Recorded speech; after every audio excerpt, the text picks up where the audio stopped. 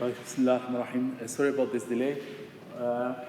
Inshallah, today we are going to cover chapter 4. Chapter 4 is the beginning of part 2, where, as we said before, we use the security mechanisms that we've learned so far in order to perform a security service in a distributed system or a network. So this chapter here talks about key distribution and user authentication. And again, differently, this book seems to group some 2 or more terms based on how you use them in distributed systems. So even though you might think that key distribution is a separate functionality from user authentication, right? But in many cases, and we will see in this chapter that usually we use user authentication to actually distribute keys. And this is the first line of defense, or the first thing that we do in order to give access to any user or authenticate any user to be able to use the system or use any service within a distributed system. So in most computer security contexts, user authentication is the fundamental building block and it's the primary line of defense.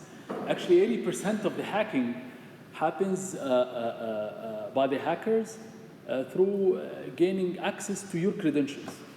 So once they get the password,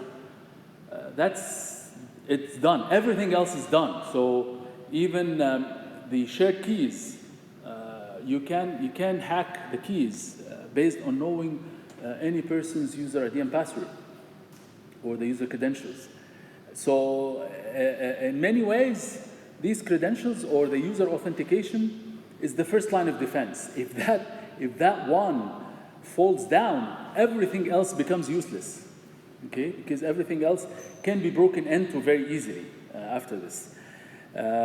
So that's why we will see today that there are certain standards that focuses mainly on user authentication and identity proofing, and how we can make sure that the person who's trying to authenticate himself, that his identity is proved, and he or she can gain authorized access, possibly for a certain period of time, for a specific service in the network. So user authentication, of course, we know the difference between user authentication and message authentication. So user authentication is a prerequisite to start any access or any type of communication in the system. Okay.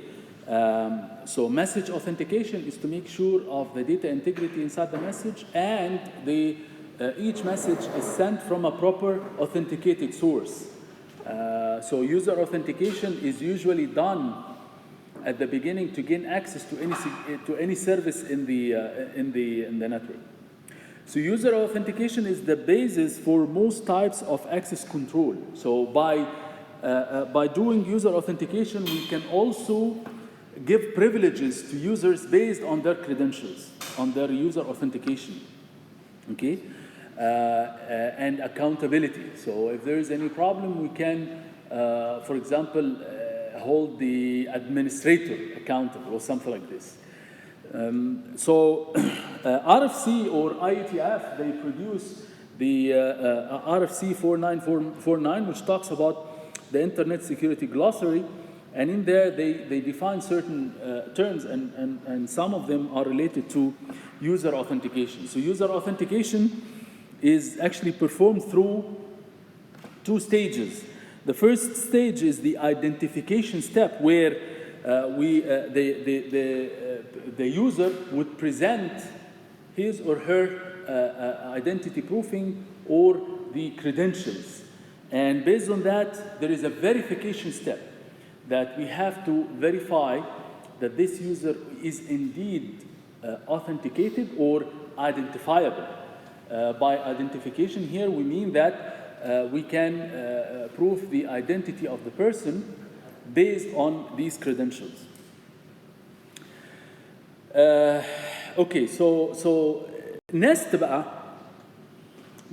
actually details the electronic authentication guidelines as part of the standard 800-63.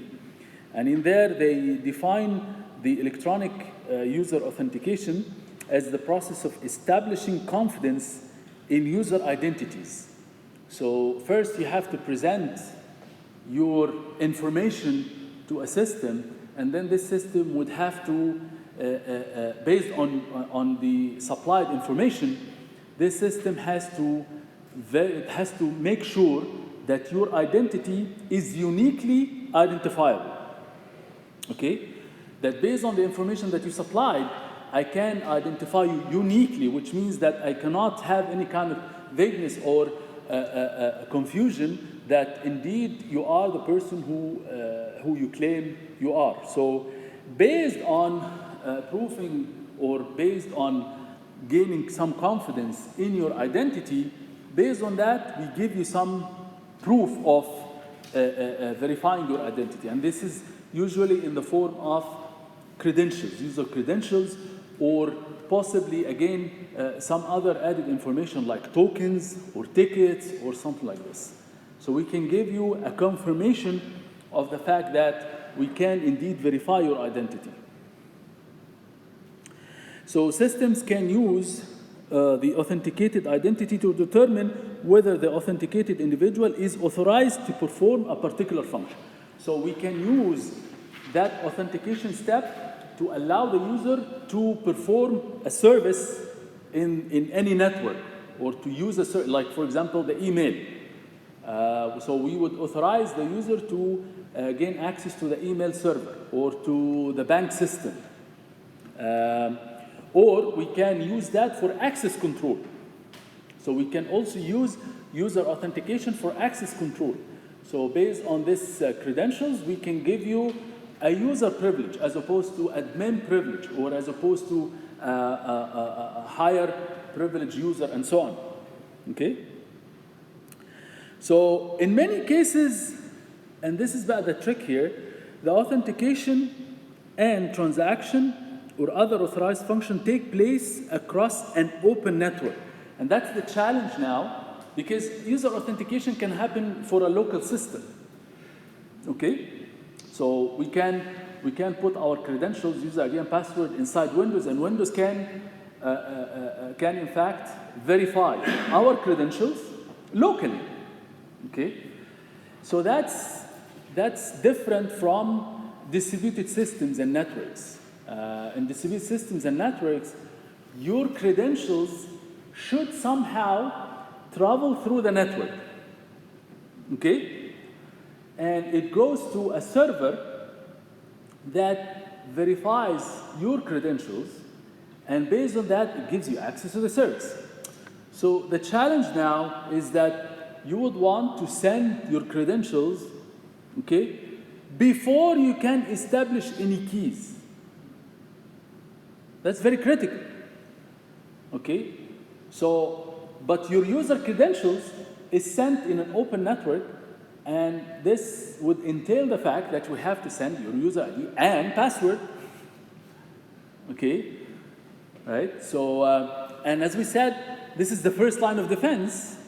So we use that to actually establish any kind of keys in order to establish confidentiality and. Right? So the trick here is how can we verify these credentials, and possibly we have multiple ways to verify your credentials. It's not necessarily only your user ID and password. Sometimes we have to get some more information to authorize or to authenticate the user, as we will see. But this has to happen in many cases in open network. Okay? Equally, of course, authentication may happen in a local network or even local machine. Okay? So the reason that we are separating those two is that in that case, the security service need to have, different level of security, okay? If we were to exchange the credentials in an open network versus a local network. Local network, we mean that, it's a LAN okay? And most probably in a LAN or something, all the nodes, they trust each other, more or less. So in that case, sometimes even sending unsecured data to some extent may be acceptable, but in open network, if we need to authenticate a user over the internet to be able to use a specific service like email or banking system or something, that's actually more often, and it's more critical in terms of the security level that we need to be established for this process to happen securely, right? And remember, again, this is our first line of defense, which has to be established securely in order to exchange symmetric keys or public keys or anything else, okay? So that's what we need to talk about. So this is the authentication architecture which is laid out as part of this NEST standard.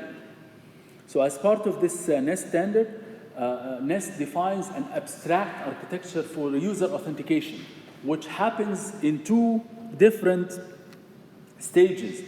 The first stage here is very often done offline, okay? So the square on the left-hand side is usually done offline, where the claimant or the subscriber or the user, he or she needs first to give his information to a service provider or to a registration authority, okay? To a registration authority. So this registration authority would get this information, and based on that, the registration authority will establish some confidence in your identity to be uniquely identifiable within a group of population, okay? And this level of confidence might be extremely weak, or it might be very, very strong. I give you some examples. So like if you register in Yahoo or Google email or Gmail or something like this, okay? All you need to do is just to provide your name and so on, select your password, and off you go, right? So the Google, they have no way of trying to uniquely identify you, okay, through all the users on the internet. And in many cases, you can have duplication. You can have people with you know, more than one person with the same name. And in many cases, we cannot even distinguish one from the other. Same thing for Facebook. If you search the same name, sometimes with 4 names, you find lots of people with that same name, and lots of profiles. And in many cases, you have no way of uniquely identifying. Sometimes you have to look at the picture and so on, right? So this level of confidence to uniquely, you know, prove your identity could range from weak all the way to very strong. Like, for example, if you try to do the same process in a banking system, okay, that's different. So the level of information that we would need, or this registration authority would need from you, is much more than just your 4 names or something like this. You have to provide Qatari ID, or you have to provide social security number, and we usually have to take this information and go through a third-party system to verify that this information is correct and so on, so that the level of confidence that we need to have at this point should be very, very strong. So we cannot afford any opportunity that your identity is not uniquely proved. So this is the part about so first we would have to provide the user information, and as we said, the level of information here varies depending on the system that we're talking about or the application that we're talking about. And once we do this registration, we can get some identity proofing. And this identity proofing has a certain level, as we said, from weak all the way to very strong or superior or something like this. All of this is laid out or detailed in the standard layer 800-63. Until now, we have not established any credentials. So the registration authority would trigger then what we call the credential service provider, or CSP. Credential service provider is responsible for creating some credentials for you that would represent your unique identity in this distributed system. Okay? And this could be in the form of only user ID and password, or it could be also through some certificate, but certificates, we'll talk about it later. And it could also include some token, and this token, or sometimes we call it a ticket, okay? This ticket, together with your identity or credentials, they can both give you limited access. Limited by limited here, we mean limited with respect to time, okay? So it can give you a time-limited access to a specific service in this system, okay? So this credential service provider would then give you the credentials and the tokens, and possibly the tokens, and then it would confirm. So this is step 3, let's say, and this is step 4, is to send a confirmation to the subscriber or the claimant that all the registration process have been confirmed and everything is fine. So all of this part is usually done offline. Okay. Once you do that, the subscriber will be able to use the credentials and the tokens, which sometimes we call it a ticket, or we have different names for it. We'll talk about it. And the subscriber will then send this authentication information or credentials to a verifier. Okay? The verifier will verify the credentials of the subscriber, and based on that, it will give trigger to the relying party or the service or the server that has this type of service, whether it's an email service or banking system or whatever, to authenticate this user to be able to access this service, okay? So all the names of all these entities here, they are, used in the standard, but as we will see, when it comes to implementations of such systems, we might actually use different names for it, as we will discuss later. So this architecture is the base for this chapter. And as we will see, one aspect which is not here, okay, this is only for user authentication. But more often than not, we use that step to actually perform key distribution or shared key distribution, okay, which is not covered here. So, so we can actually use these key distributions to authenticate that user and to use it for confidentiality and to use it for message authentication codes and all the other techniques that we talked about. So starting from now, we will try to discuss the user authentication with symmetric key distribution, okay, and also user authentication with asymmetric key distribution or public key distribution, okay? So the means of authenticating a user or the user credentials, it could have a bunch of different forms, as we see. And in some cases, we use one or more of these means to authenticate you or to uniquely identify you. It's sometimes based on something the individual knows, like a PIN number or a password or something like this. And that's the easiest form of credentials or identification for the user. Something the individual possesses, okay?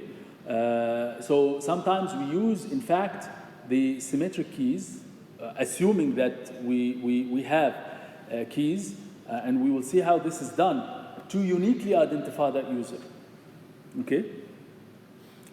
Or sometimes we use electronic key cards. This method has been very common in the past.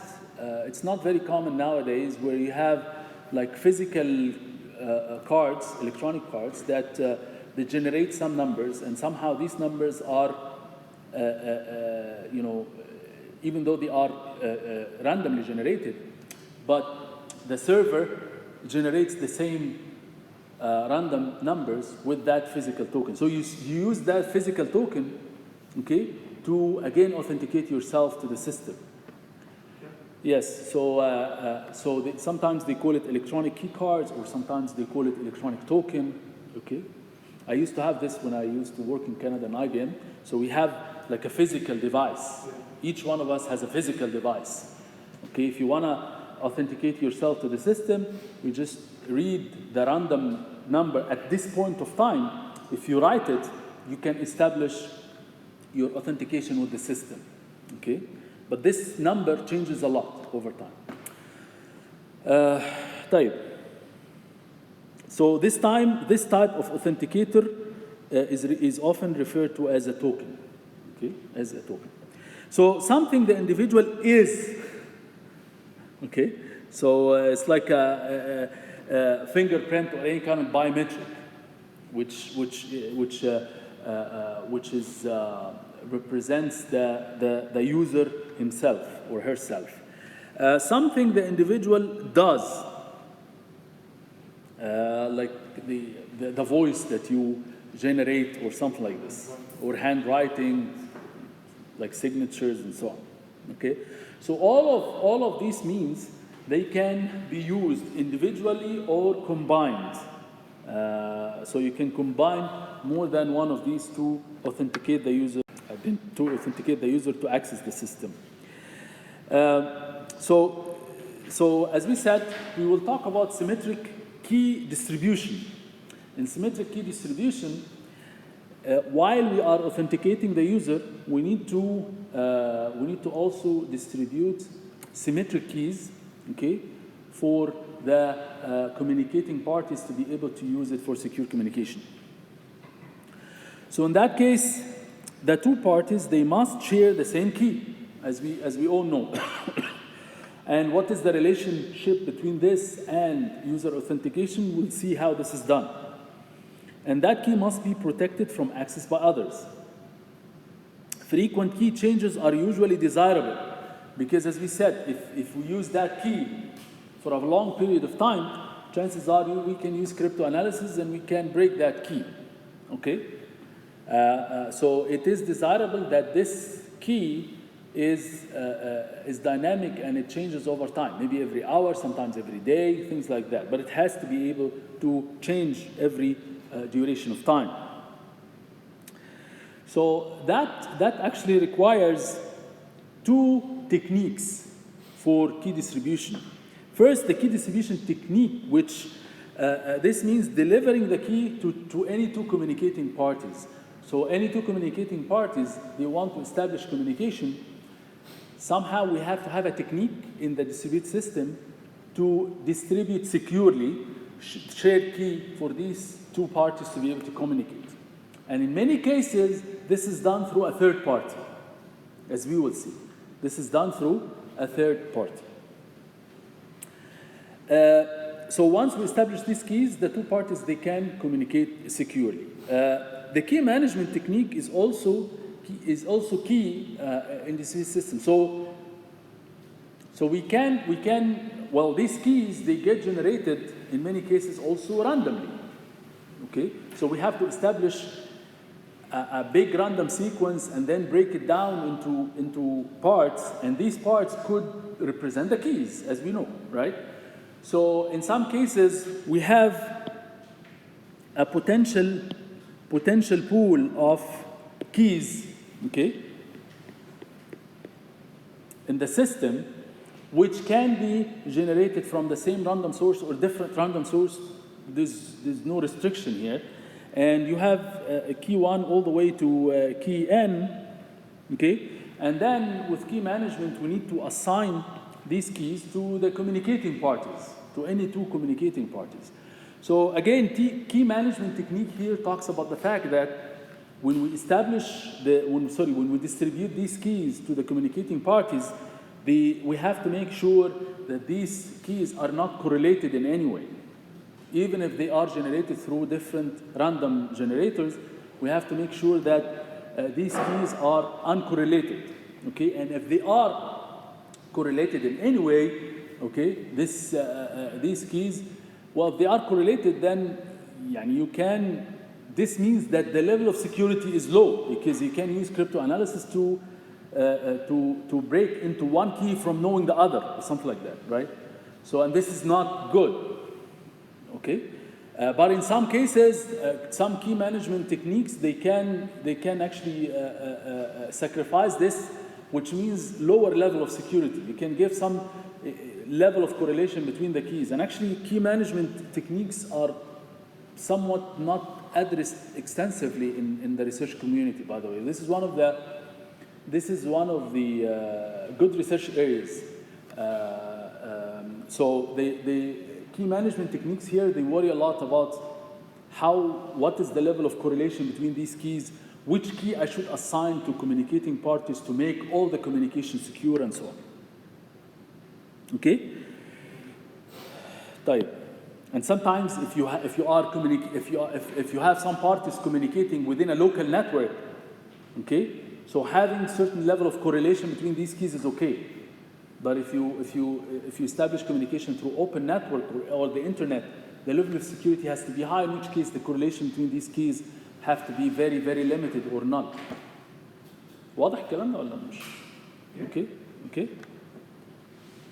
So key distribution and key management techniques. So for two parties A and B, again, right now we have talked about user authentication, and now we're talking about key distribution. So until now, for you, these might sound like two separate areas, right? But bear with me, because later on we are going to combine both, okay? So for two parties A and B, there are the following options. Either A key can be selected by A and physically delivered to B. So assuming that we are in the same geographical location, if A has the key, okay, whether it's a physical key or anything, or a token or anything, so A can deliver physically that key to B, assuming that this is possible. Of course, in many cases, it's not possible.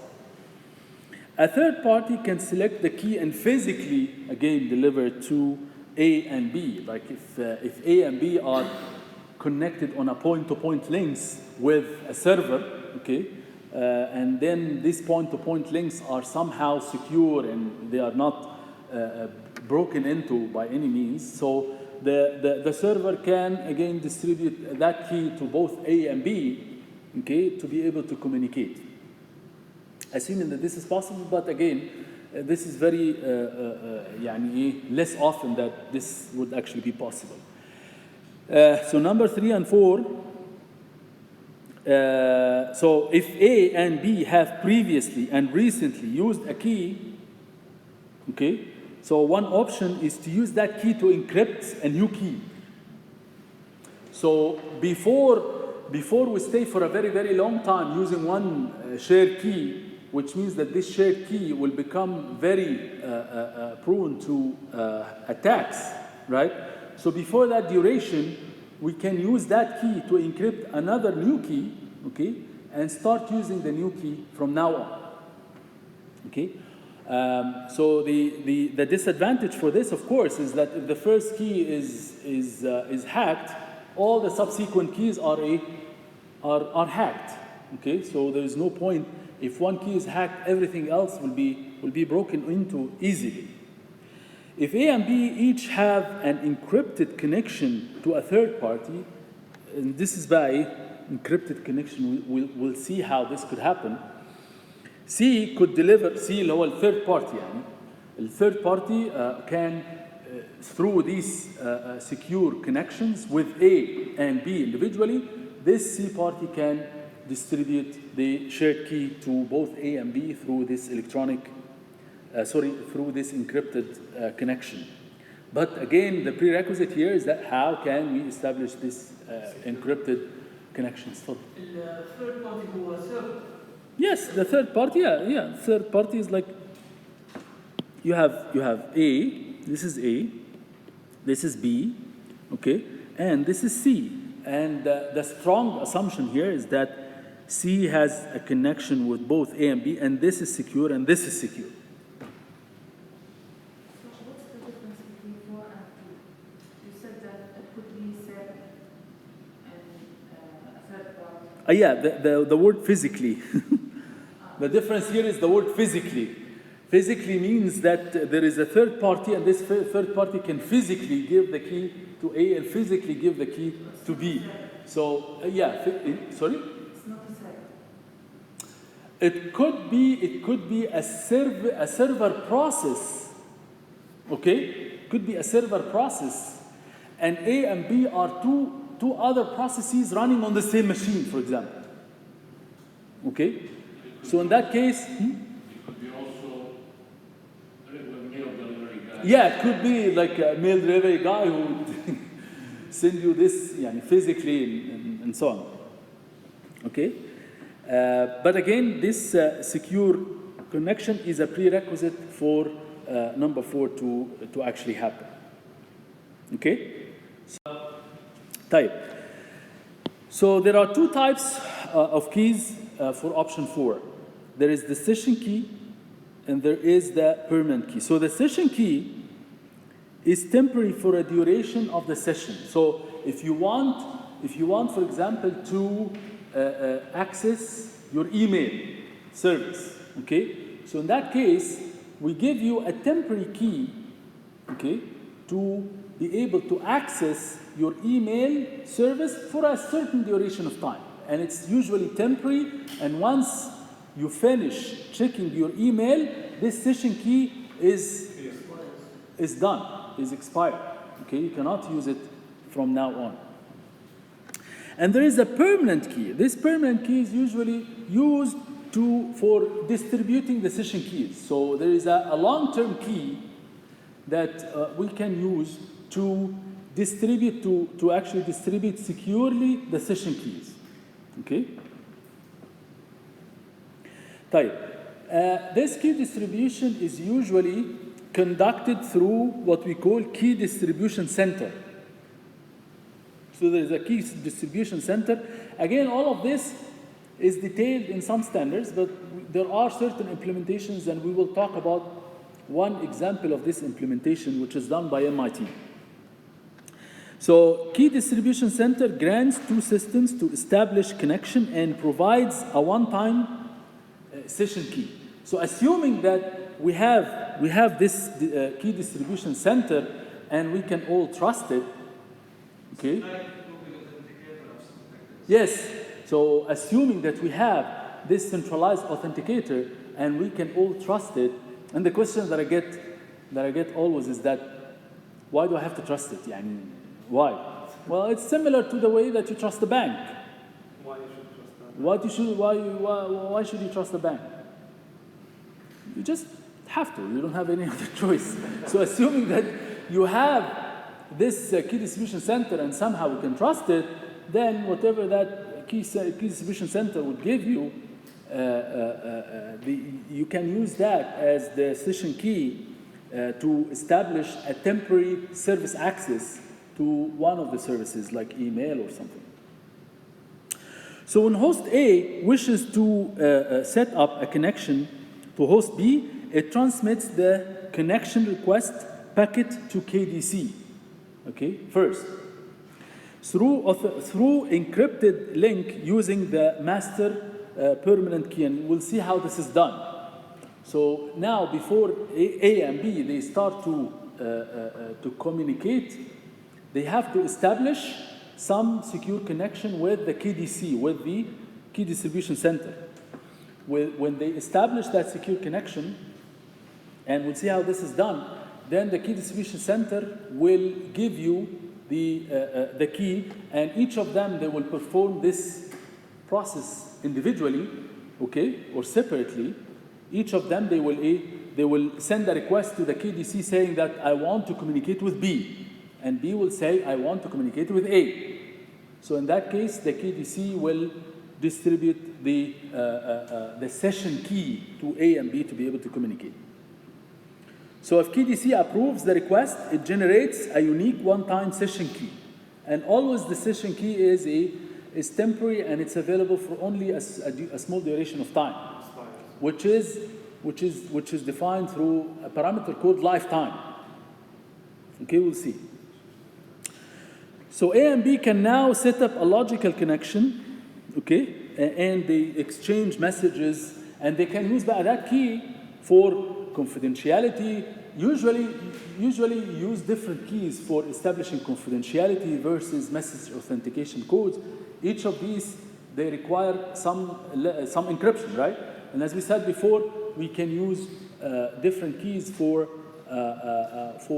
establishing confidentiality versus establishing message authentication codes for data integrity and so on. ماشي؟ طيب. So for key distribution, in terms of complexity,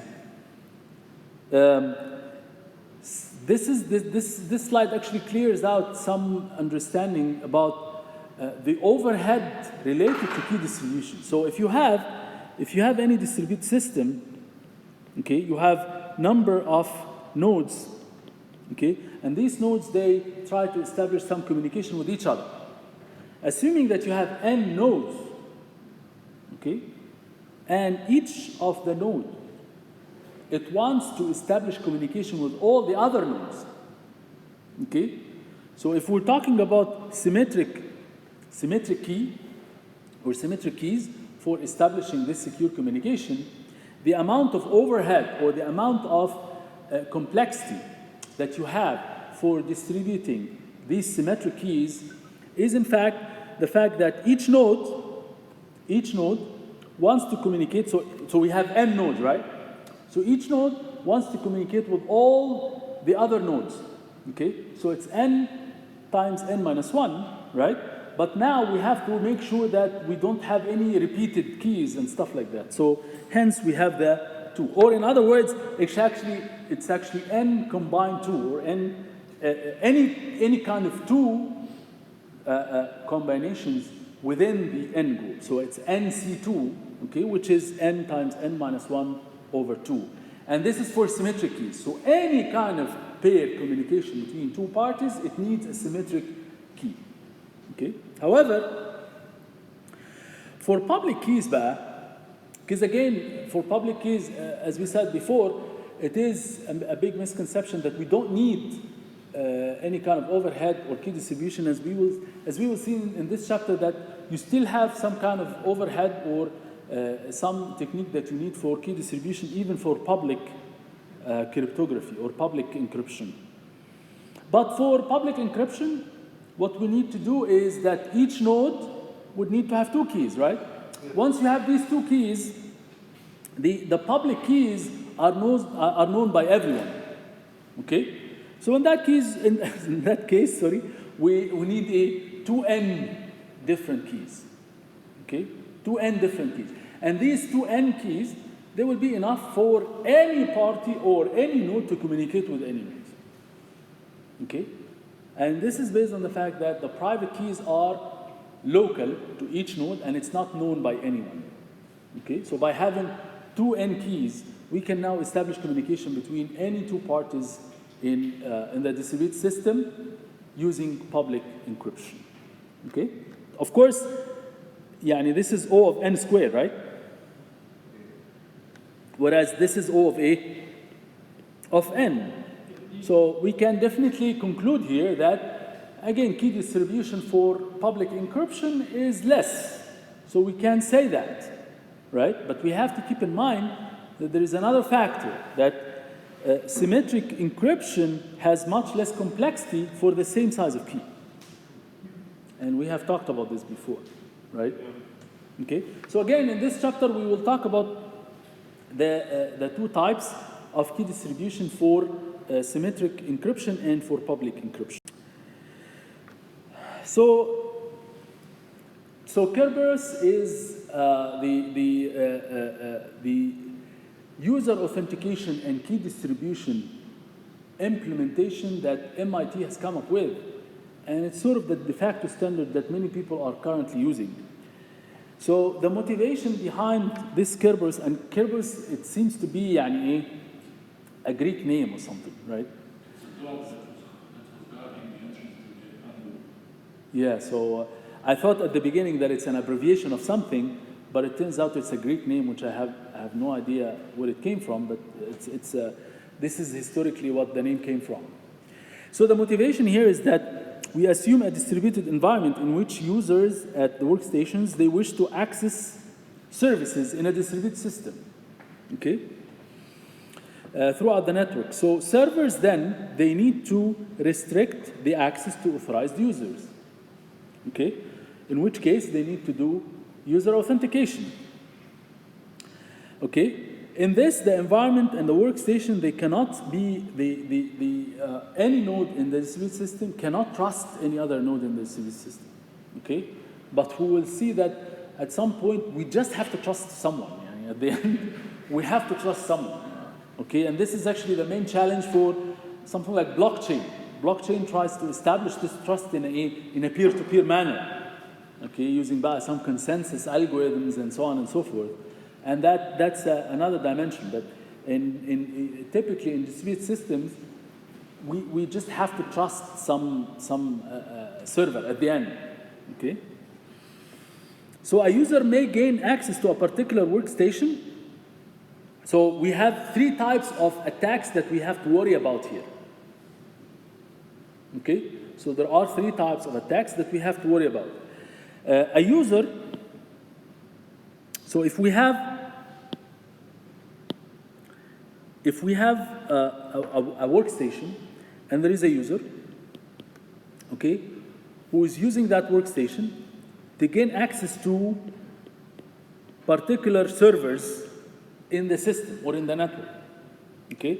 So he wants to communicate to this, to see his email, he wants to communicate with this, to see his bank account and so on, okay? So the network between all these nodes is open network, is the internet, okay? So there are 3 types of attacks or 3 types of potential hacking scenarios that we have to worry about in this system. So one is a user may actually gain access to a particular workstation. So there is Darth or Eve or whoever, okay, who would try to use the same workstation, okay, by knowing your credentials and user ID and password and so on. And through the same workstation, he can impersonate himself as you and therefore get access to all these services as if he or she is you, okay? Another type of potential attack is a user may alter the network address of a workstation. So this user might actually use another workstation. This user will compromise this workstation. And from this workstation, again, he tries to impersonate himself as you, okay, by trying to send some authentication information or some credentials as if he is you. So in that case, he or she should be using the same tokens that you have and so on. And in that case, he tries to gain access to these services as if he's you. Or a user may, in fact, eavesdrop on exchanges and use a replay attack. So the user may actually try to, he's not using any like workstation in that case, he would try to eavesdrop and get some packets, okay, and send it and replay these packets. So these packets, they would blindly include all your tickets or tokens or something like this, and in that case, he can again gain access to the system or at least corrupt the service for you, okay?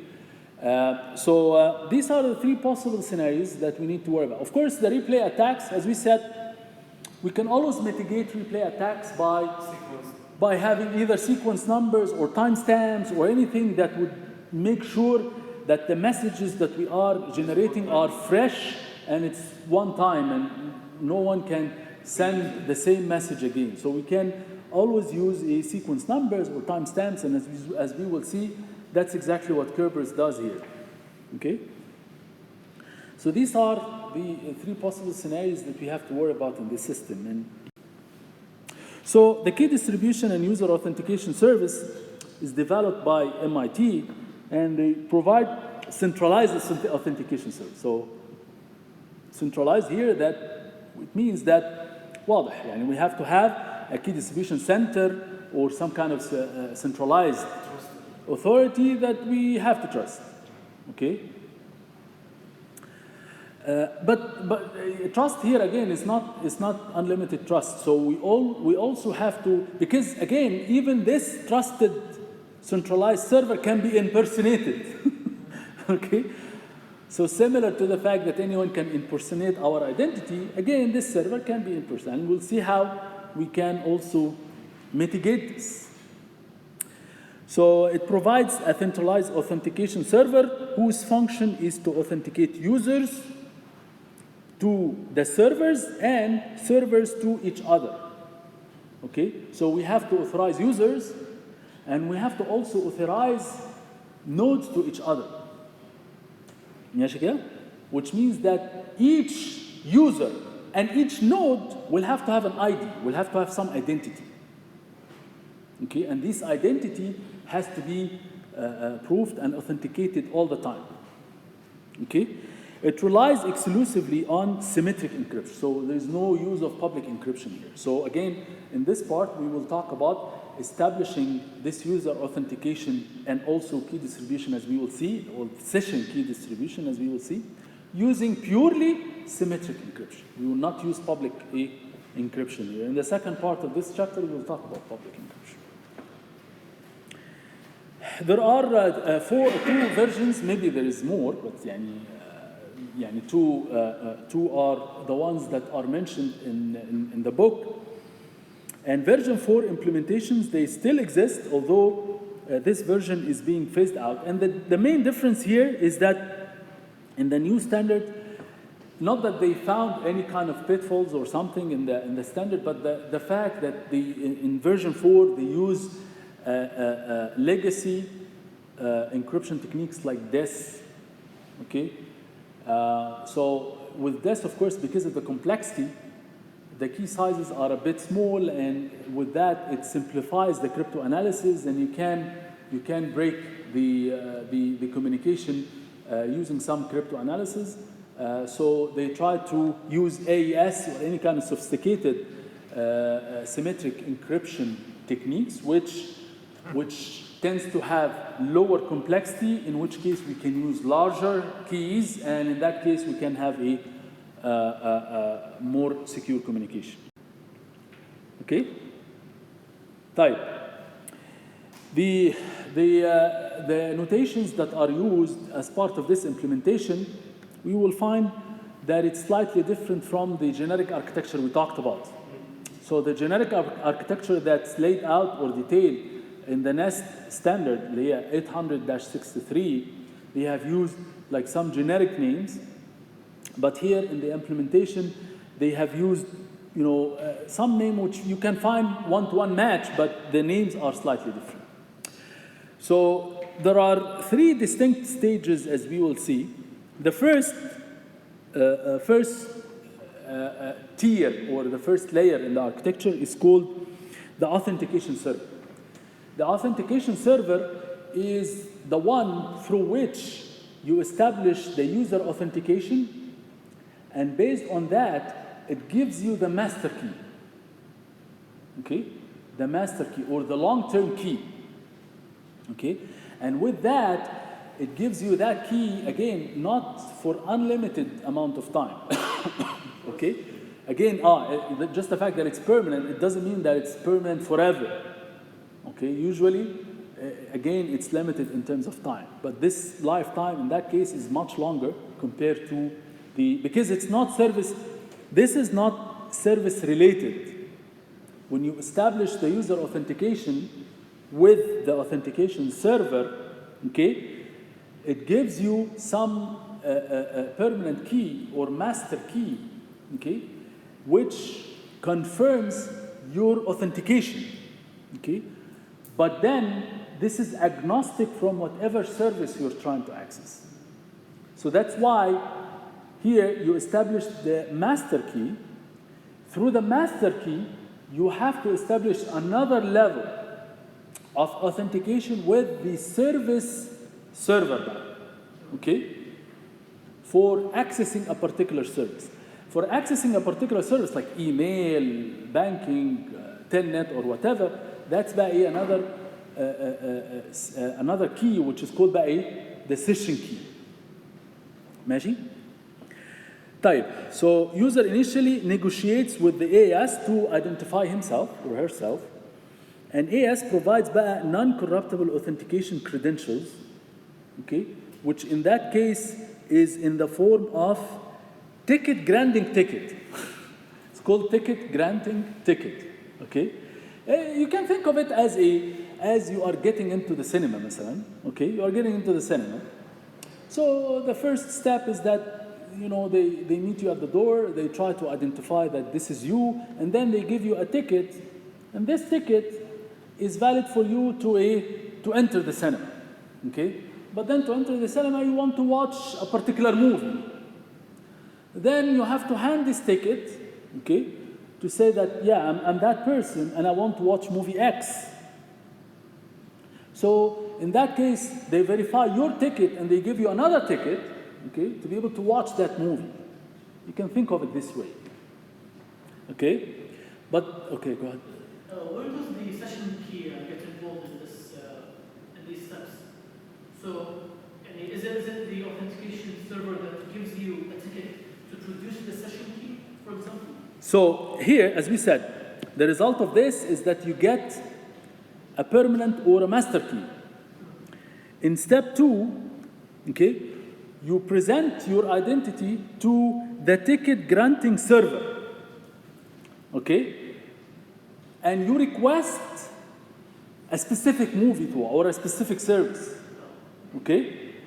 And this ticket granting server will give you the session key, which is temporary to access that service. واضح? So these are the two distinct levels.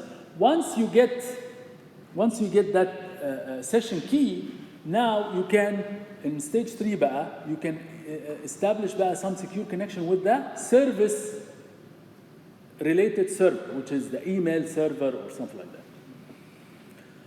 واضح كده? So that's what we want to discuss in a lot of details.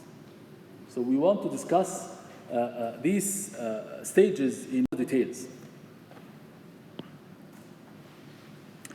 So if user C logs on to the workstation in the morning, actually this is some of the requirements that Kerberos tries to address as well. So if user C logs into a workstation in the morning and wishes to check her email or his email, okay, C authenticates through the authentication server to get a ticket, okay? But C must use a password to get the ticket, okay? So in order to authenticate yourself to the authentication server, we have to give you a password. But how can we give you a password in clear text?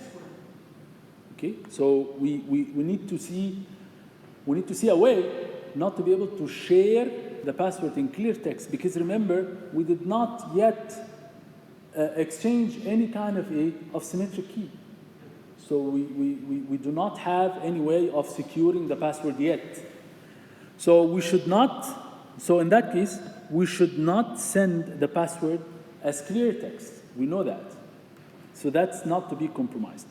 If C wishes to check the mail several times, okay, I shouldn't have to ask every time that you have to repeat this process over and over again. So we see a lot of times that when we access a service on the browser, okay, so it asks you for user ID and password.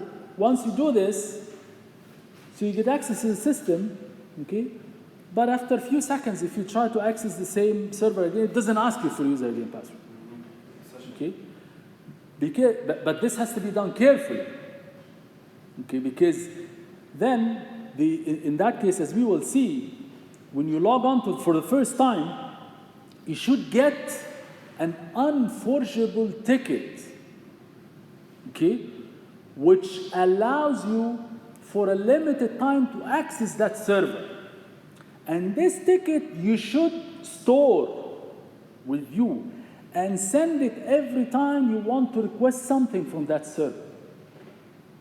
Sometimes this protocol is not established with every single service that you're trying to have access to, in which case we just have to ask you for a user ID and password every time. Okay?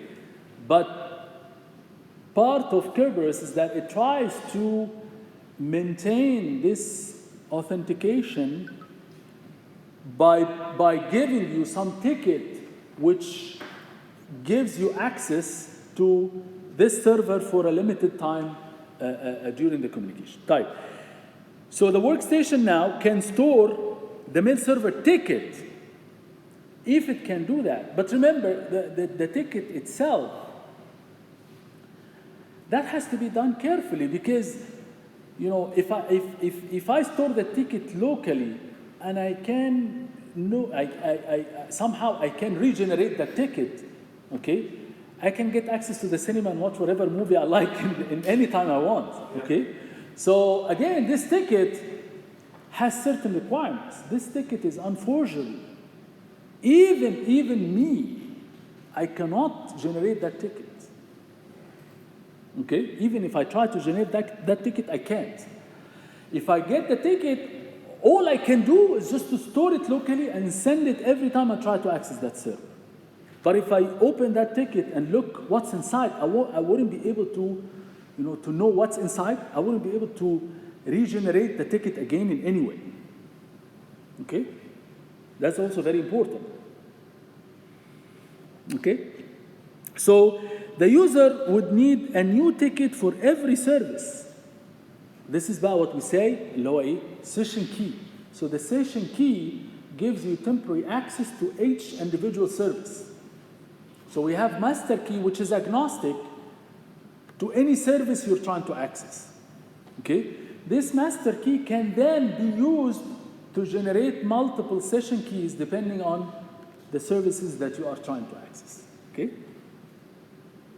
So the ticket granting server is needed so the user can get a ticket for each individual. So this is the function or the main responsibility of the ticket granting server. The ticket granting server. So we have two levels. The authentication server, which proves my user credentials, and based on that gives master key, which is in a form of, again, ticket, okay? And then I can use that to send a request to the ticket granting server, okay? When I send the request to the ticket granting server, I have to identify the service that I want to access, whether it's email server or whatever, okay? By this, the ticket granting server would again verify my identity, and then it would give me another ticket, which in that case, it is limited for a small duration of time for this particular service only. Type. So your credentials are known locally to this workstation, right? Yeah.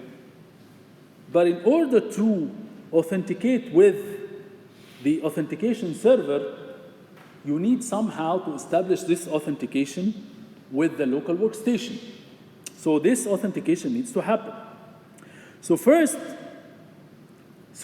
I have to send a request to the authentication server to ask for access, generic access to the system. Generic access here means that we need to establish some authentication to get access to the ticket granting server. Okay? So in that case, I need to send my credentials to that authentication server. But again, we have the issue of sending password in clear text, which we have to resolve. Okay, so that's step number one. Step number two, I will get a ticket, and this ticket is equivalent to so I will get a ticket here from that authentication server to be able to access the ticket granting server. Okay, and once I get this ticket, in number two, I need to send a request to the ticket granting server to gain access to a particular service in that case. And this here, I have to send the master ticket, which I got from the authentication server, okay, together with my identity. I need to send it to the ticket granting server. Then the ticket granting server will give me the ticket with another session key, and this session key is service related. So this session key is different from this. Okay? This session key is service agnostic. And usually it's longer term, which is equivalent to the master key, as we said. Is it permanent? It's not, it's semi-permanent. It's not permanent, it cannot be forever. Yeah. Yes. So it's like you gain generic access to the system and you can now access any service, but all access levels are time limited. Okay? So this session key now is service related. Okay? And it gives you another ticket, which now this ticket is a proof that you can access this service for a limited time, to access a specific service for a limited amount of time. Once I do this second level of authentication, then and only then I can, in stage 3, I can now authenticate myself and start using that host, which could be like email server or anything, or any service. Okay? So again, this is on a high level, how it's done. So we'll see now in more details how it's done by, and we need to try to question ourselves, why do we need this field? Why do we need this field? And this is part of network security. Network security is all about trying to analyze and criticize the protocol itself. Why do we need to have this field? Why do we need to have this field, and so on. So this is in a timely manner or in chronological order how the process is done. Okay? So first, and I like to call this actually ID TGS. This is the target system that I want to access. So I always put and I like to use that notation, unlike what's in the book. Yeah. So on the left-hand side always comes the target system or the target ID of the server that I want to access. Okay? And we'll see how these IDs are actually generated now. And then IDC, I'm sending my ID. This ID is the user ID. Could be like the user ID. And user ID is sent as plain text. I don't have to encrypt it in anything. Only the ID, not the password. Only the ID. Okay? And I sent the timestamp 1. Timestamp 1 is for for replay attack, bravo. For mitigating the replay attack. Okay? So by storing the timestamp in the request, this way I can mitigate the replay attack. Type. But remember, this is not this. We call this. I tried to call this authenticator. So this is the authenticator of the client authenticator. So the client authenticator is nothing but the username and the timestamp. Okay. Type. In that case, the authentication server would send me this بقى combination. Okay? So first, it would send me KC, and KC is in fact the session key that I will use. Okay? And it would send me the shared key, which I will use to communicate with the ticket granting server. This is key distribution. This is key distribution. Okay? So it's distributing, or it's giving me back the shared key, which I will use to communicate with the ticket granting server. But remember, this whole message is encrypted using KC. So we'll talk about now how we get to this KC. So this message is encrypted, and I'm sending what? I'm sending the session key, which I will use to communicate with the ticket granting server, together with the ID for the ticket granting server and timestamp 2. And I call this the authenticator for the ticket granting server. Okay? Type. Why do we need to send the ID TGS? Okay? That's a question. Keep it in the pool of questions that we have, because we are going to answer these questions as we go through. ماشي كده؟ So why do we need to send IG TGS? All we need from here is just the key which we can use to communicate with the ticket granting server, which is TGS. Okay? Type. In order to get this session key is encrypted inside a message with KC. So what is KC? KC is a key that's based on the user password. Okay? So it makes it unique. It is definitely unique. Of course, our user ID is actually unique. It uniquely identifies you, right? So you cannot have two people with the same user ID. Okay? I did not communicate my password, right?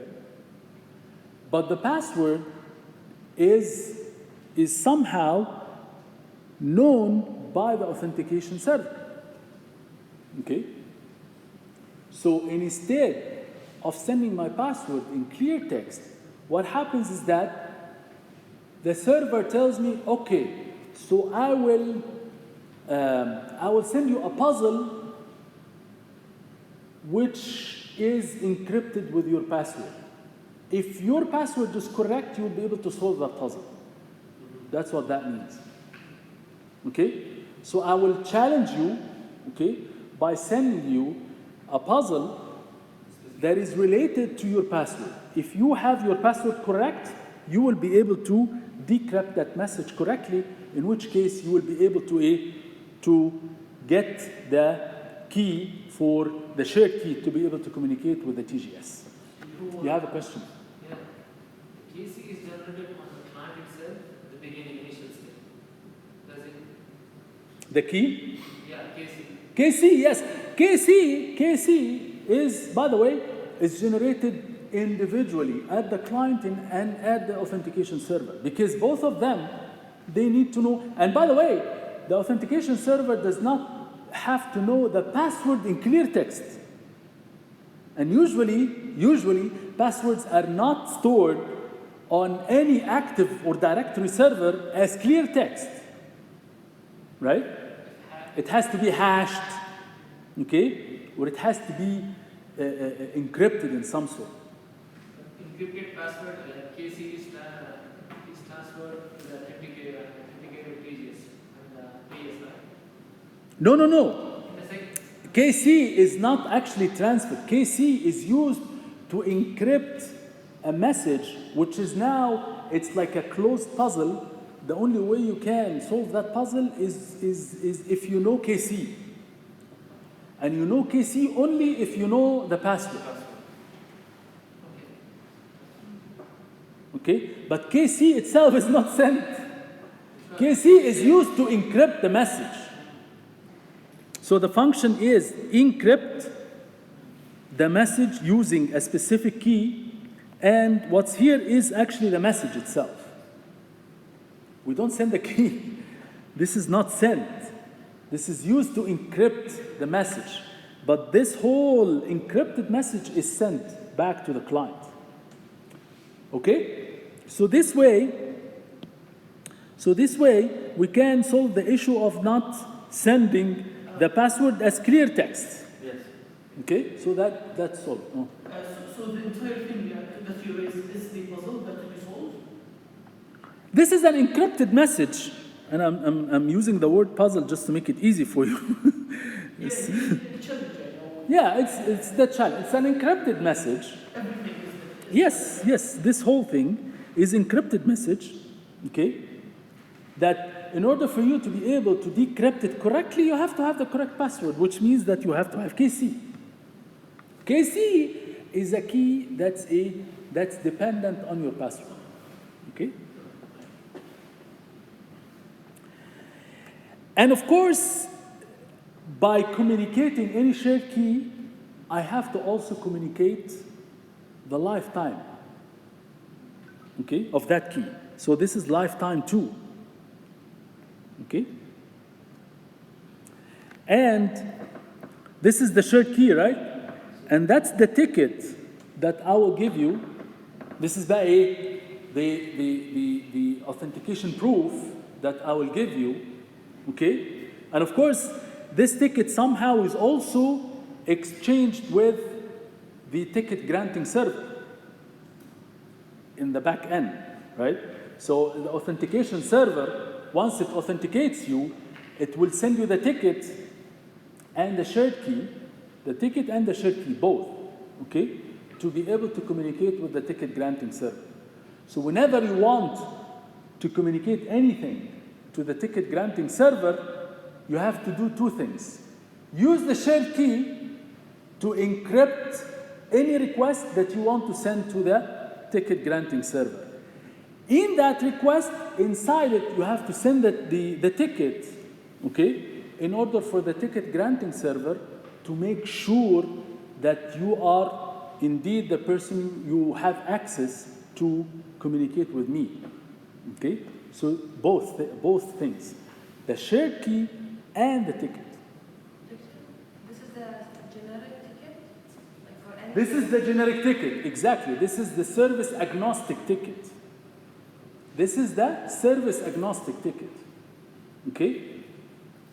So the shared key is for secure communication and the ticket is for authentication or for authorizing the access. واضح كده؟ تمام؟ Okay.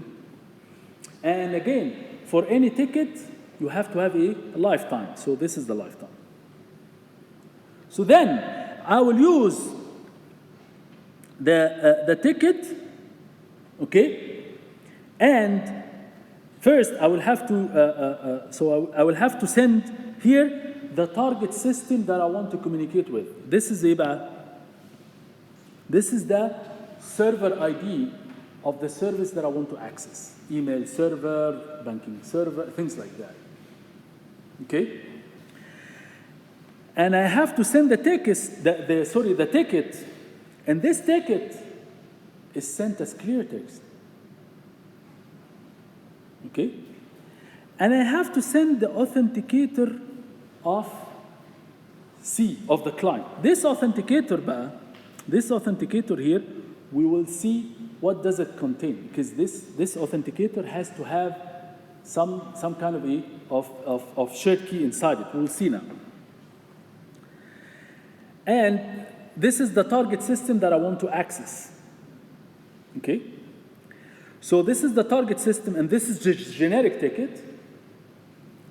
Through that, I'm authenticating myself. Okay? Authenticating myself here would mean that I will have to use the shared key to encrypt a message that contains my identity, okay?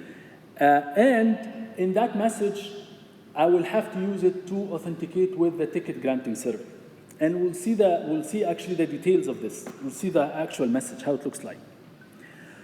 So based on that, the target server the ticket granting server will have to authenticate me and then give me another ticket which I will use to now communicate with the service-oriented or the service-related server.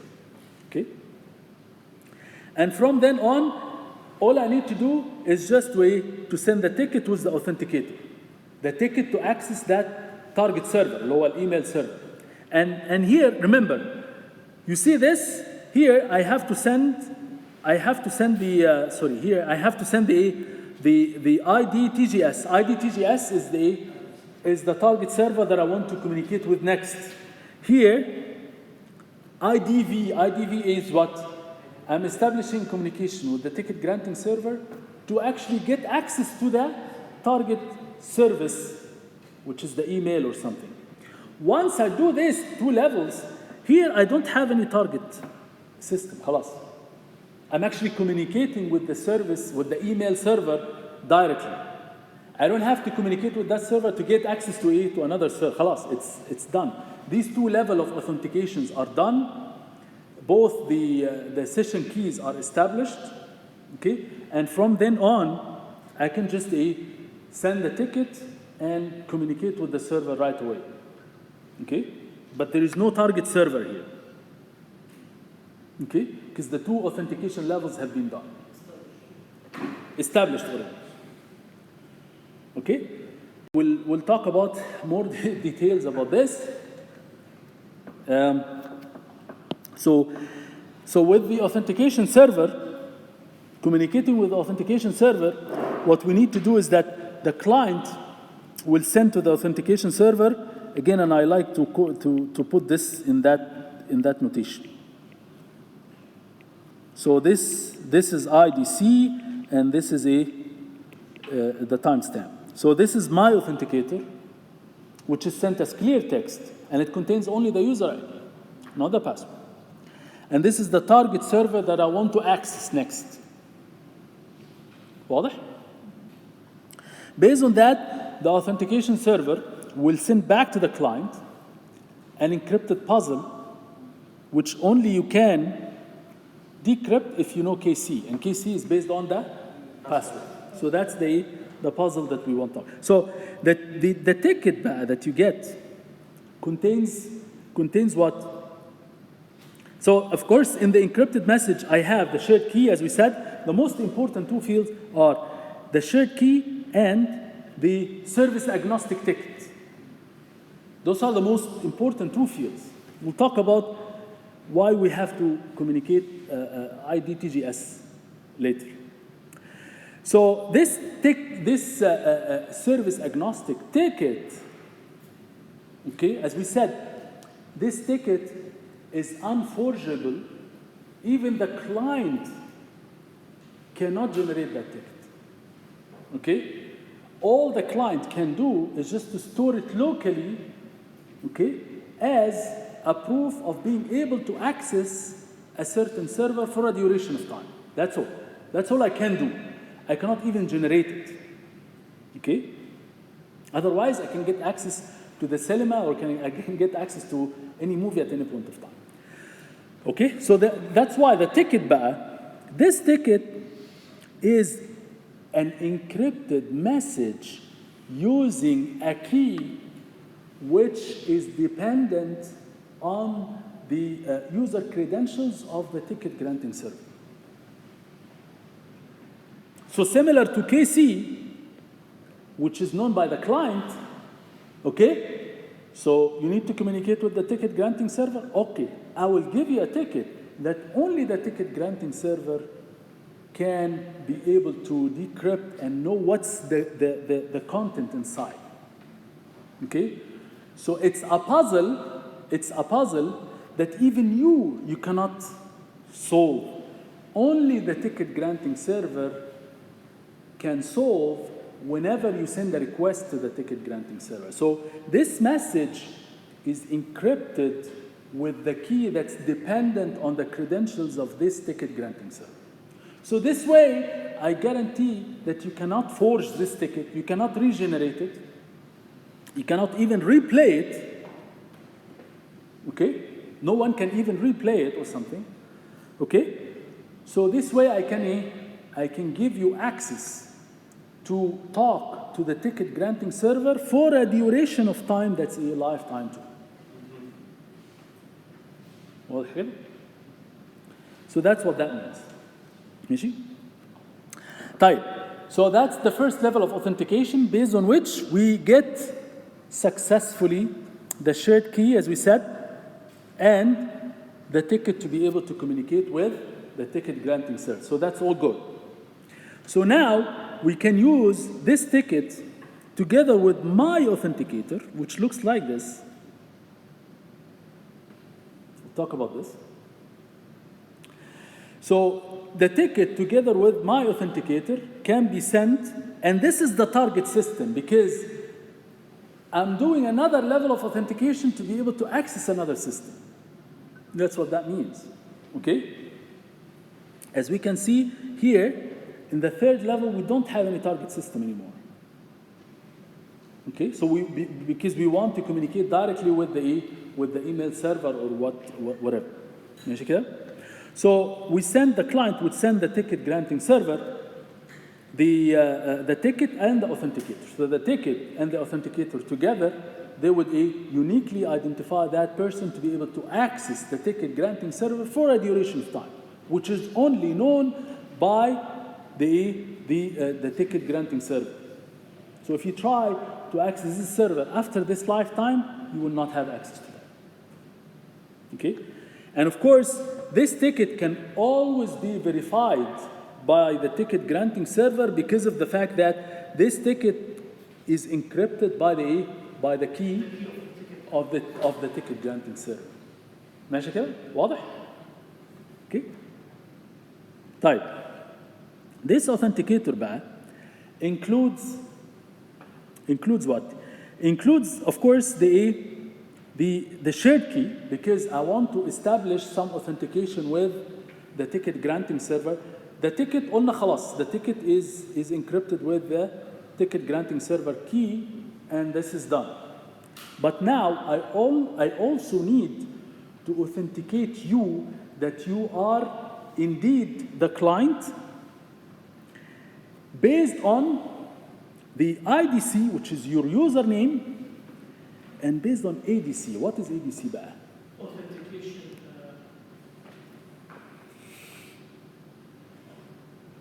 So the IDC, which is your username, okay, will authenticate your identity. ADC authenticates the workstation you are working from. Okay? And that actually ADC targets the second attack that we talked about, that someone can try to use your identity from another workstation. Okay? And this workstation will now be identified using a different IP address or a different physical address or something like this, in which case you will not be able to verify your credentials from another workstation, okay? Because you started first from a specific workstation. So you are authorized to use that service from that particular workstation, okay? So your authentication has to be associated to the workstation you are working on, okay? ماشي. طيب, this is all good, but the question now is that, again, how did we get in this step? How does the ticket granting server know ADC? We did not communicate it, صح? We did not communicate it. So how did we get this? طيب, so once we established that second level of authentication, now we have generated the ticket V. Ticket V is here. So I can use now ticket V with authenticator C to communicate with the email server or with what have you. Okay? Right. This is the third stage is straightforward. We don't have to specify any target system here because خلاص, we have established both levels of authentication. So we have some questions here to ask ourselves. First, we did not answer the question of why do we need to communicate the ID, the identity of the target, the ticket granting server as part of this message. We did not use it in any way, صح? It didn't seem like we have used it in any way. Okay? Second question is, why do we have to use, here, in the ticket granting, in the TGS, in this ticket, we have actually communicated back to the client the IP address, okay, of the machine that the client sent me the request from, even though this message does not actually contain that IP address. Because it's not contained in the headers. I'm really happy that some people are still focusing because we talked about lots of details, so it's good that we can have some assurance that people are still following. Bravo, Ali. This is exactly right. So remember, these are application level messages. These application level messages are exchanged with some headers from the network layer and from the data link layer and so on. Okay? So these headers contain the IP address. So even though when I sent the message, I did not have the IP address in the message, but it is already in the header. So the authentication server can read this IP from the header, and he can tell me back, okay, I know that you have tried to access the authentication server from this IP address. And by the way, here is a puzzle. If you can solve it, you can get the ticket to gain access to the ticket granting server. Okay? So that question is answered. So IP address can be achieved or can be obtained from the header, from the protocol header. Right, okay. Type. Why did we have the ID of the TGS in the reply back? Probably for tracing, maybe? For tracing or knowing who gave you the ticket. So if an attack happens, you know where to go, to know that it's not repeatable anymore. What we have requested for the services, so for the reply, acknowledging that we requested the same thing. It's some kind of acknowledgement, but also this acknowledgement, by the way, includes something, we call it mutual authentication. Okay. Mutual authentication, because this is part of the fact that we said that, yeah, although we should trust the authentication server, but this trust is not unlimited in the sense that even the authentication server can be impersonated. Yeah. Okay? So in order to make sure that this authentication server is not really impersonated, there is a backward authentication that happens from the client to the authentication server by including this ID in the reply. So I'm sending you a request that I want to communicate with the TGS. So you're sending me an encrypted reply with the ID of the TGS. So I know that the reply is really coming from the authentication server because this is an encrypted message. And inside the message, it contains the ID of the server that I sent in the request.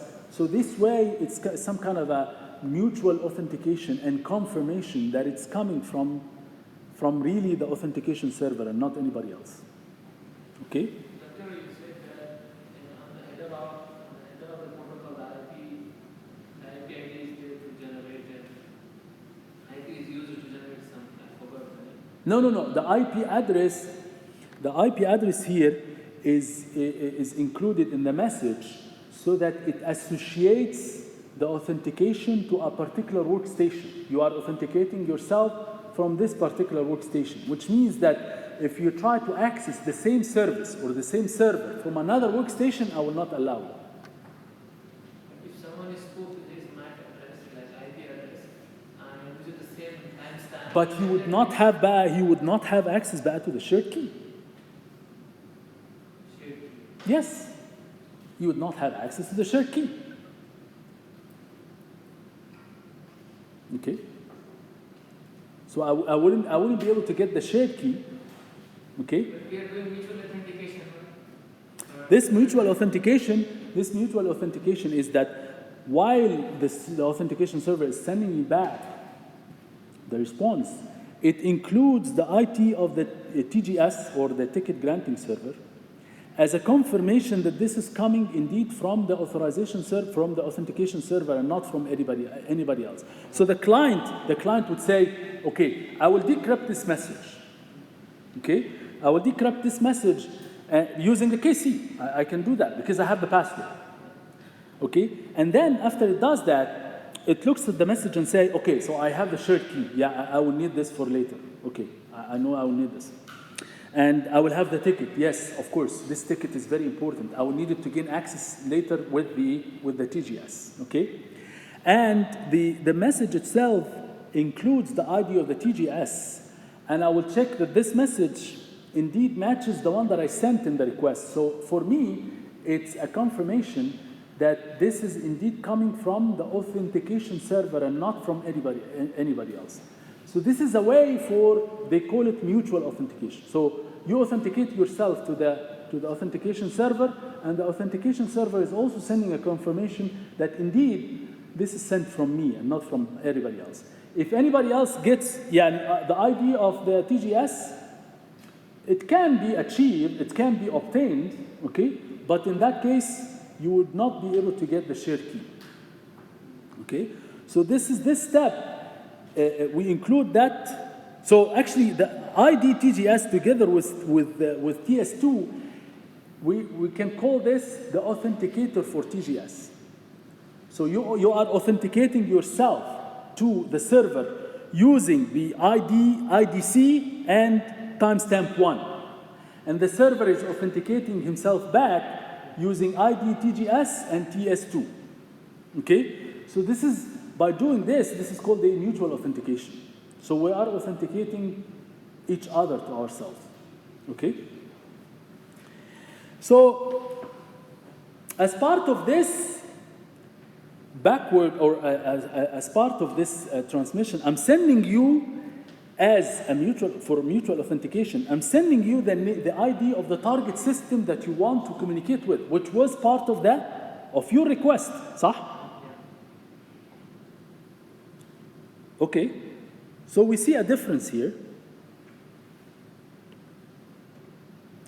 This mutual authentication is done using an interesting way in the third level. Why?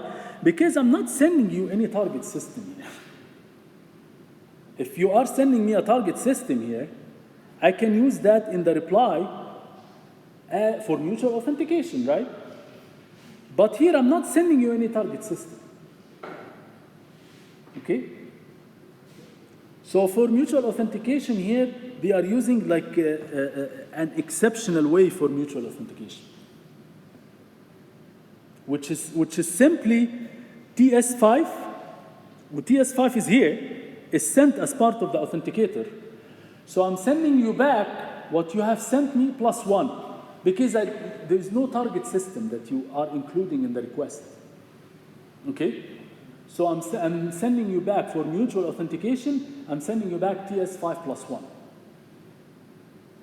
because I don't have any target system. ماشي? This is a special case for mutual authentication. So here, for example, I want to get rid of all this just to clean things.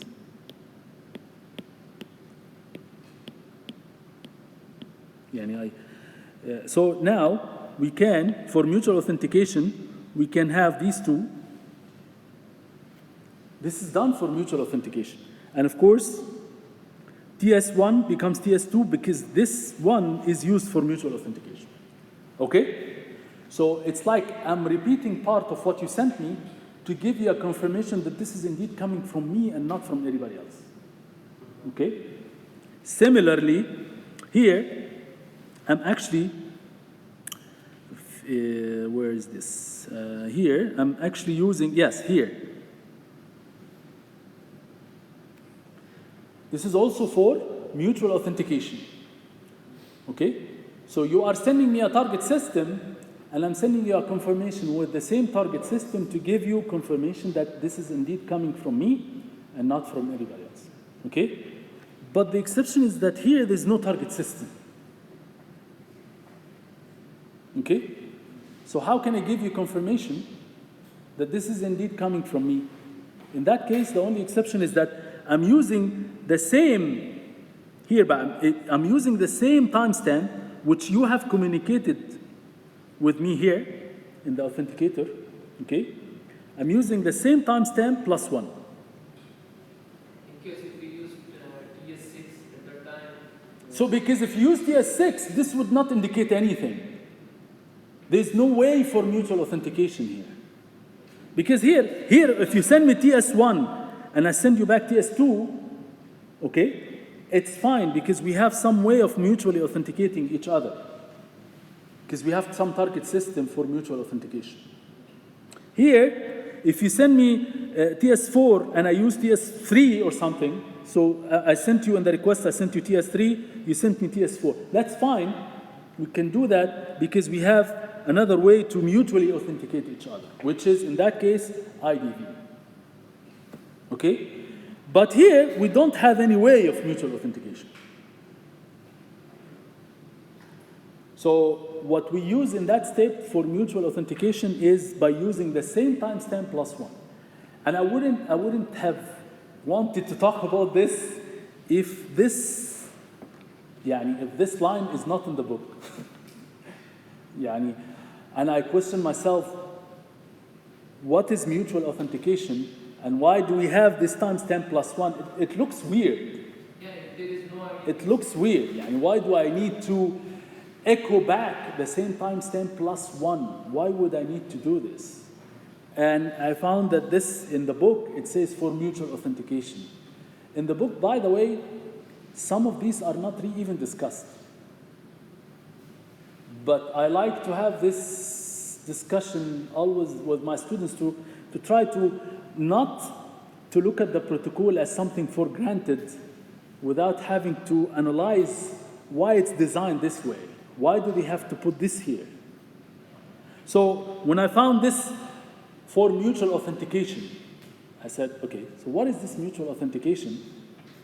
And this is actually to establish a backward trust that this is indeed coming from the other server. So that makes sense. Okay? So why here did we use TS5 plus 1, whereas here we didn't use mutual authentication? And I found that we implicitly actually did when we communicated back this IDTGS or IDV. So that's a way for us to have this mutual authentication. So how do security or integrity of the time services guaranteed?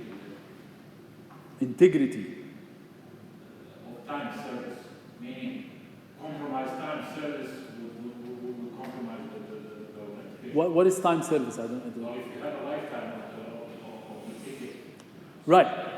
So there is Right. a time service that is checked. Yes. What assures that the security? The ticket. Security of the time service for this. The security for the time service is ensured by the fact that when you get a ticket back, the ticket is unforgeable message which is encrypted by a key that it's only known to the party you're trying to communicate with, and the lifetime of that ticket together with the timestamp gives me the span of time when this ticket is valid. So if I want to send this ticket, okay, to a server, okay, the server would then say TS2 plus lifetime equals to a specific timestamp. What is the time now? Yeah. It's actually after this time. I cannot give you access to this server. Yes. So And remember, even the client himself cannot generate this ticket. Understood. What Right. I wanted to say is, imagine that the time service is compromised on the network. The time service, Yeah. you mean the clock? Yes. I mean, clock. The clock is compromised. Yeah. Okay. So I'm able to notify all of the tickets, right? Because I can expire them by controlling the time. So I can play around with the clock, for example, to give you like some feeling that the ticket is valid, whereas it's not valid. Or other way around, right? Or So that's one part. Another part is you don't need to authenticate to request the ticket. you don't need what? To authenticate to request the ticket. You don't need what, Mr. Authenticate. Oh, you don't need authenticity to generate the ticket? To request the ticket. To request the ticket? Yes. You mean like you don't need the user ID and password to request the ticket? Well, for Kerberos you do. For Kerberos as an implementation for authentication and key distribution, you do need the user ID and password. That's how the implementation is done.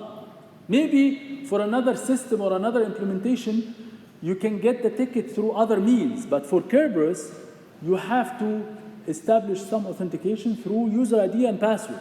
You have to. Okay. That's how the implementation is done. All right. Our workstation can authenticate themselves when they request the ticket. Any workstation, they would have an ID. And this ID represents the identity of that workstation. But again, this workstation has to have some kind of password or some credentials, right? So I can always authenticate this workstation by sending this workstation a puzzle, which is encrypted using a key based on the password that's stored in this workstation, which is what we did here. So by the way, this user authentication is not only done for users, it's also done for any server entity in the distributed system. So not just for users and for nodes, for any kind of workstations or servers in the system. All of them, they have to individually authenticate themselves to the authentication server, okay? And based on that, the authentication server will give them like some kind of a key to be able to access other nodes and so on. So we have a distributed system that any node can talk to any node at any point of time to gain access to it. The first question, okay, go ahead. That is the point where both ID and password are authenticated by authentication server. Right, for the first step for that client, and also for any node for that matter individually. So for example, the ticket granting server, when it first starts, it has to also authenticate itself to the authentication server, okay, by sending certain ID, and then the server would say, okay, so if you indeed are authenticated and you have valid credentials, take this message which is encrypted with a key based on the password stored on your local machine. If you can solve that puzzle, okay, I can give you access to the system. One of the reasons I'm asking because I'm not familiar with version 4, but I remember reading about version 5 that one of the improvements that version 5 brought is to prevent requesting the ticket without authentication, because they were very hard to implement attacks, but where attacker could request a lot of tickets and basically build something equivalent to. That's a good point. That's a good point. This is some kind of denial of service. I can establish many tickets by trying to send a request to the authentication server to get many keys at a short duration of time and get many tickets. And in that case, I end up with lots and lots of tickets in the authentication server. That's a good point. And then impersonate the Yeah, that's why we didn't talk about denial of service attacks as part of the attacks that we, again, the three types of attacks that we try to mitigate here are if someone tries to hack into the same workstation to impersonate himself as you, or if someone tries to hack from another workstation to impersonate himself as you. In that case, we would have a different IP address for the workstation, and that's why we have this IP address here. Okay? Or if someone tries to use replay attack. We didn't talk about denial of service attack, which is a very good point. Because this logic does not in any way prevent someone from sending infinite requests like this, okay?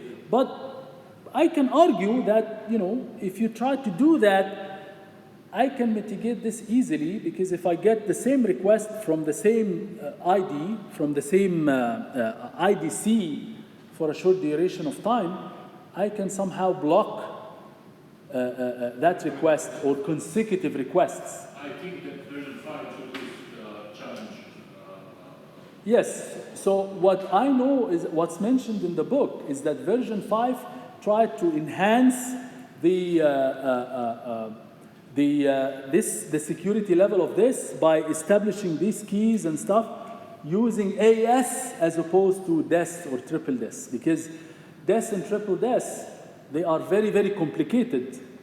So for that level of complexity, you can only use shorter size or smaller size for the keys, which simplifies the cryptanalysis, in which case I can eavesdrop and I can use some cryptanalysis even with exhaustive search to break into the key. And as we said, especially the first level of session keys, which is longer term.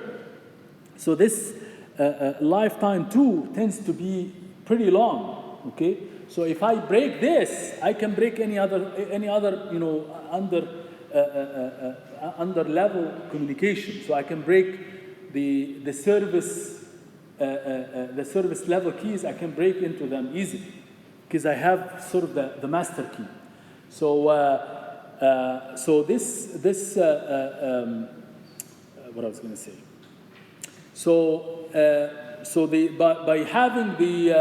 By using AES, I can use these keys with a very, very long size, which prohibits the cryptanalysis. And does this implement any check on how many times you This doesn't. This logic doesn't. No, how many times you try to authenticate yourself? Yes, this logic doesn't. So you This- can guess the password, basically. Just try and many times. Because the authentication services usually, I think Kerberos 5 implements that you can limit the number of attempts. Right. So I can always generate unique messages back from the authentication server by sending many, many, many requests. And these unique messages, I can use some cryptanalysis to try to analyze and try to get KC. Try to guess what KC looks like. And in that case, I can, once I get KC, everything else is useless. I can break down all this communication. But what I'm arguing here is that you can easily mitigate this. I mean, I can put some rule on the number of requests that may come from a certain ID on a certain workstation at any point of time. Because remember, I have access to the IP address or to the physical address of that machine, which is part of that header, okay? And I have access to the user ID, which is part of the request message. So if I get any application level message, from this application level message, I get the user ID of the user and the IP address of the machine, okay? If I get many, many requests from the same user, from the same IP address for a short duration of time, then I can say, no, you are revoked or you are blocked somehow. Okay? From the client perspective, they only focus from they focus from the client perspective. From the server, if someone has compromised the server, if they have a shared case, at the time they cannot secure it. If they bypass authentication factors. Remember, this is always the case for any centralized system. Again, here, one very basic requirement is that we are using centralized authentication server. Yani, khalas, it's a fact. If you don't want to use any centralized, use by a blockchain. Blockchain is completely decentralized, and it tries to establish a decentralized trust. It tries to establish trust in a decentralized, using by some consensus algorithm. And even this has lots of issues. And remember, throughout the entire lifetime of the internet, it has been proven that centralized directory servers, not centralized content, centralized directory servers, makes the control and especially access control and security services much, much easier to control. Because you have basically, you have one server to focus on. So this server is used for control and management. You can always make this as sophisticated as you can, okay? Centralizing content is not scalable. So content is different. So you can distribute content. You can distribute email here, file servers here, banking system thing. You can distribute content easily. But when it comes to control and security, always having centralized entity is much, much easier to control. Blockchain tried to break that rule by having a revolutionary kind of concept that even the control and trust, it can be done in a decentralized way. And of course, we brought different issues or different challenges with blockchain, as we all know, like all these consensus algorithms, which makes the transactions and the storage of the information very, very delayed in many cases. And that's why blockchain has been limited to certain usages. You cannot use blockchain, مثلا, for delay-sensitive applications. Very, very hard. Very, very, very hard. Okay? Can we have a trailer? We sure can. Yes, we sure can. Okay, so we'll just give a quick wait, 5 minutes, 10 minutes. We'll just give a quick introduction for the key distribution using asymmetric encryption.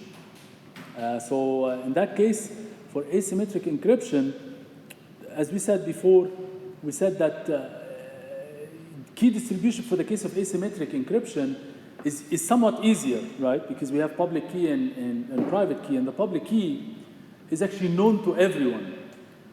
But the question is, does that mean that anyone would give me a public key? I can just accept it like this and say, oh, okay, this is a public key that's coming from a person. I can use it to encrypt data to go to that person. So maybe you are being set for a trap to just send some secure information to a person, and in that case, this person would gain access to your private information. So even the public key should not be accepted from everyone. Okay, so there should be a way to just gain some confidence about the public keys that are being distributed. So one of the major roles of this public key encryption is to address the problem of key distribution. So there are two distinct aspects to the use of public key encryption. There is the distribution of the public keys, which is not like zero cost. We'll see now. And there is the use of public key encryption to distribute secret keys. As we said before, one of the major or one of the common usages for asymmetric encryption is the fact that we use it to distribute shared keys or to distribute symmetric keys. Okay? Of course, we talked about a different way to exchange symmetric keys using the Kerberos and using the tickets, but we can also use public keys to distribute shared keys. Okay? But sharing the public key itself is not zero cost. Okay? So the way that we distribute public keys is through what we call the public key certificate. Okay? So we cannot just send public keys. Public keys are clear text. We can send it as clear text. Anyone can get the public key as clear text. But the problem is it really coming from an authentic source or not? Okay? This is the issue. It's not the issue of securing the public key. The public key should not be secured. It's a clear text. So this public key certificate, it usually consists of the public key plus the user ID of the key owner, okay, with a whole block signed by a trusted third party. So I will give you the public key, and with the public key, I can give you some identification for me that this public key is for me, so that you know that when you want to communicate with me, you have to use the public key. That makes sense, but that's not enough. you have to sign this public key with the private key of a trusted authority. Okay? And this trusted authority is, again, is a third party, which we call it a certificate authority. Okay? So typically, the third party is the certificate authority that's trusted by the user community. And again, why do I have to trust it? There has to be some level of trust with some entities at some point. And, so a user can present his or her public key to the authority. So the way that we do this is that first we have to communicate with the certificate authority using a specific way, which we will talk about.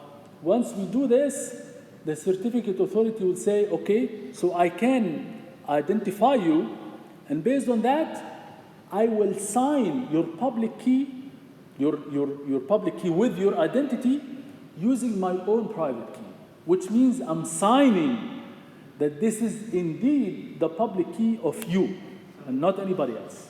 Okay? So supposedly, when you send this public key with your identity and the signature from the certificate authority, that should be enough for anyone to trust this public key that it's indeed coming from you. Okay, so that's how we do it. So, but as we will see, it's not as easy as this, and there is all types of complications that come with this, as we will see. A user can then publish the certificate. The certificates are, public. So it's trusted through this signature, which is an embedded hash with the private key of the certificate authority. Okay? Once we do this, the certificate becomes like a file, or it's a data structure, okay, which can be stored locally, communicated over the internet openly. Okay? We don't have to secure it, we don't have to encrypt it. Halas. Okay? So the user can then publish the certificate or store it on a local server. Doesn't matter. Okay? Anyone needing this certificate, this user's public key, can obtain the certificate. Okay? By obtaining the certificate, I will use this public key to communicate with you only if I can make sure that the certificate authority signed your public key. Okay? That's the condition now. And I can do that easily because the signature is stored with the certificate. Okay? So the way that this is done is very easy. Okay, so you have Bob's identification information, Bob's ID information, which might include your name, your IP address, things like that. Anything that identifies you, it's the same information that you use to register to any system, and any public information that you can use to register with any system, and the public key of Bob. Okay, so that's good, but I need to trust that this is the public key of Bob. Okay, so in that case, the certificate authority, which again it has to include the certificate authority information that this is signed by this organization. Okay. This is also included in the certificate. But this is the most important part. This is a signature, which is a hash. Again, using SHA or something. It's a hash, which is then encrypted by, remember, for authentication or for signature, we use what? We use the private key. So with this hash is then encrypted using the private key of the certificate authority. Okay? And then the encrypted signature is now stored with the certificate. This now becomes a file, a text file, which can be stored anywhere. Okay? So now, if I want to communicate this certificate to anyone, or anyone who wants to make sure that this public key is usable, which refers to the fact that indeed it's coming from Bob, then this person, all he needs to do is just to, again, perform the same hashing, and now I use the public key of the certificate authority. I use the public key of the certificate authority to decrypt the hash, to decrypt this signature and to get to the hash. If the hash matches the actual message, then I know that this message is indeed trusted. The trust here is coming from the certificate authority. It should not come directly from Bob. Of course, the exception here is what we call a self-signed certificate. So some people, they get around this by saying, okay, so I'll generate a self-signed certificate, which means that I will use Bob's private key to encrypt the signature, but then this means that the public key is already with the other party, which tries to verify this certificate through Bob's public key. But this is useless. So in that case, it's useless. So if you trust Bob, if you already trust Bob, this means that you can get the public key from anyone who says I'm Bob. Okay? Any questions? Adding the certificate authority information, is it adding, at the end I'm like encrypting it with the certificate authority private key, then right. I'm doing things twice, right? Not twice, no, here, this is only the high level information of the, because la. This is يعني the public information. And you know that مثلا this is Microsoft certificate authority server that signs this certificate. So this will say simply Microsoft, something like that. Okay, the name of the organization. Okay, so that's good. So the X.500 is a series of standard for Active Directory services. It's a whole, pile of standards. Okay, one of them X.509, which is the standard for the certificates. Okay, so this is the standard for the certificates that details the format of this certificate, what are the fields that we should include, and so on, and how we use these fields, and so on. So this X.500 is standardized by ITUT, and it's part of the X500 series, which is the series for Active Directory services. One of them is directory services to maintain the identity of people and entities inside any organization, like LDAP. I'm not sure if somebody heard about LDAP. LDAP is used for common credential management, or any like a one system that all services can, all entities or users can log into this server to authenticate themselves. So what we are concerned with here is the X509, which is the standards for the certificates. The Active Directory services may act as a repository for public key certificates. As we said, once we create that certificate, it can be stored on a local system.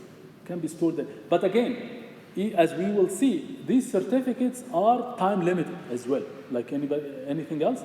The public keys and the certificates are again time limited. And not only that, not only are they time limited, they can be revoked at any point of time.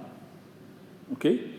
They can be revoked or nullified at any point of time, even before the lifetime of the certificate, as we will see. Meshi? So this standard defines alternative authentication protocols based on the use of public certificates, and was initially, we don't care so much about the history, and currently it's at version 7. Do we have any other version other than 7? I'm not sure if there is version 8, but in the book it says that version 7 is 2012, which potentially means that now maybe we are at 8 or 9, maybe, I don't know. So based on the use of public key cryptography and digital signatures. Okay, so unlike Kerberos, which is based on symmetric encryption. So this is based on public key. The standard does not dictate any user-specific algorithm. So we can use any public key cryptography algorithm like elliptic curve or something, but they recommend the use of RSA. We talked about RSA, of course. right? So they recommend the use of RSA, although they don't dictate it. So you can use instead any kind of public cryptography. So this is the format. You know, we need to talk about this for a little bit. So let's just stop here and because this, يعني